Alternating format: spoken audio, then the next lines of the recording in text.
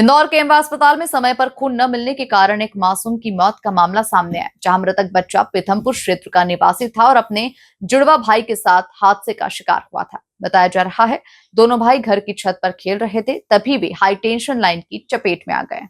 हादसे के बाद दोनों बच्चों को गंभीर अवस्था में एमवाय अस्पताल में भर्ती कराया गया था। इलाज के दौरान विकास नामक एक बच्चे की पहले ही मौत हो गई थी। वहीं दूसरे बच्चे आकाश की हालत बिगड़ने पर ड्यूटी डॉक्टर ने परिजनों से ब्लड बैंक से खून लाने को कहा। आकाश के पिता का आरोप है कि खून लाने में हुई देरी के कारण उनके बेटे की मौत हो गई। उन्होंने अस्पताल प्रशासन पर लापरवाही बरतने का गंभीर आरोप लगाया। हालांकि पुलिस ने खून मिलने में किसी देरी की जानकारी से इनकार किया। वहीं एमवाय अस्पताल के अधीक्षक का कहना है कि दोनों बच्चों को एक यूनिट आरसीसी और प्लाज्मा दिया गया था। आकाश की हालत बिगड़ने के बाद दोबारा खून की कोई मांग नहीं आई थी। अधीक्षक ने यह भी स्पष्ट किया कि अस्पताल का ब्लड बैंक 24 घंटे चालू रहता है और वहां खून की कभी कोई कमी नहीं होती।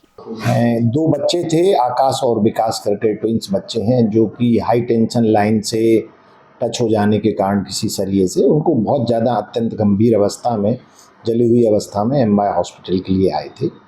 और जहाँ तक ब्लड का सवाल है, ब्लड बैंक में कभी ना ताला लगता है, आप आके स्वयं देख सकते हैं। 24/7 चालू रहता है। हर दिन 100 से 150 लोगों को हम ब्लड प्रदान करते हैं।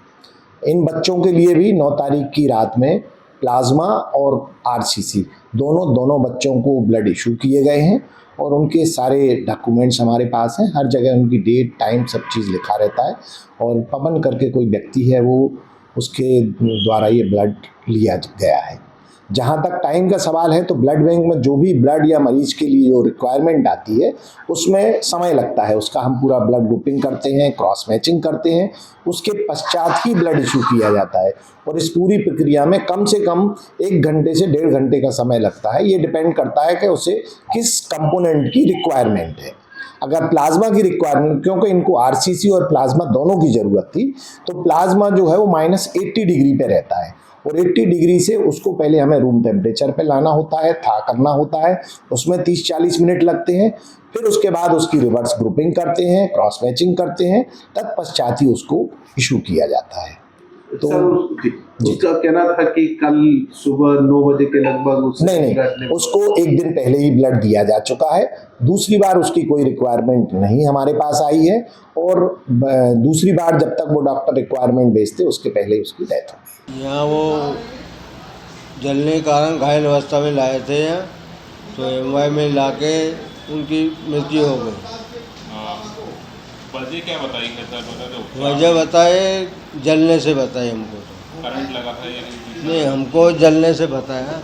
फिर उसके पिताजी को पूछा तो उसने बोला वो सरिया खेल रहे थे छत पे, तो सरिया में करंट था बोले, उसी वजह से जल के।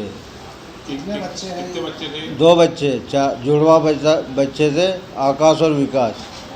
कहाँ के रहने वाले? पिता पवन, ये बिहार के कोटिहार जिले के रहने वाले हैं, बिहार के। यहाँ पीथमपुर सेक्टर 1 में काम करते थे। इनके पिताजी और माताजी काम पे चले गए थे। ये छत पे चढ़े खेलने, इनके घर पे रहते थे किराए से। वहाँ चढ़े तो वहाँ खेल रहे थे, वहाँ करंट लग गया इनको। कब यहाँ पर लेकर आए थे? भर्ती करा था, कब मौत हुई? एक कल शांत हुआ है, एक दिन आगे शांत हुआ है। एडमिट कब करा था दोनों बच्चों को? 8 तारीख को लाए थे ये।